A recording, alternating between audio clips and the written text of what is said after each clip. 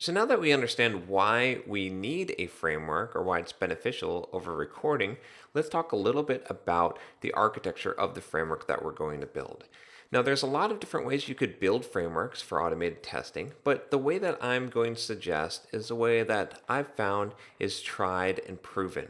I've used this on many different applications, on many different projects, and I've evolved this methodology over time. I've also seen a lot of other people developing a very similar methodology without us even communicating. So, what this tells me is that this is a fundamental truth about the framework architecture of automated testing. So, this is why I highly recommend that you at least follow very closely to this approach. So, before we even get into what the architecture looks like, let's go into a bit of an example so that I can help you understand what level of API that we're shooting for our tests, because I think this is a very important concept. A lot of people miss this and then they end up writing tests that are still brittle even though they're using a framework. So let's talk about the example of making some coffee. Everybody knows how to make coffee, right? Well, there's a couple of different ways you can make coffee. We can do the low level coffee API. And if we make coffee this way, here's the steps that we do. First, we get some coffee beans.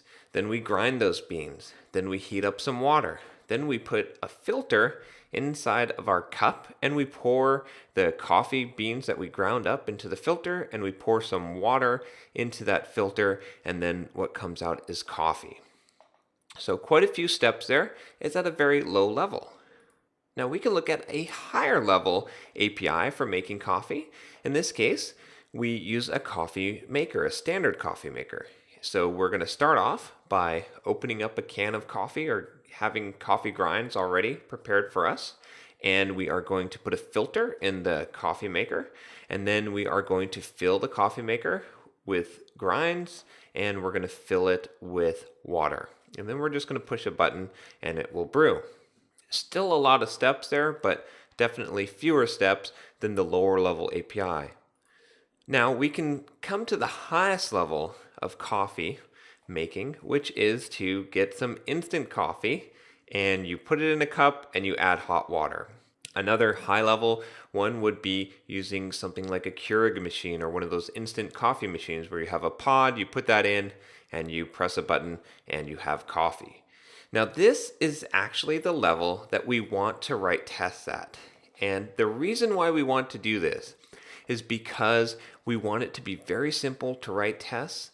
We want them to be very maintainable, and we want the framework to handle all the low-level details because you don't want your tests themselves to be complicated. You want them to be as simple as possible so that they're easy to maintain, easy to understand, and it doesn't require programmers to build them.